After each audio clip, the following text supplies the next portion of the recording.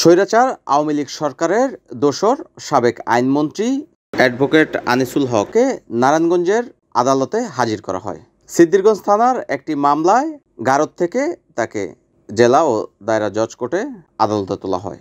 এ সময় আদালতে ব্যাপক নিরাপত্তা চোখে পড়ে গণমাধ্যম কর্মীদের।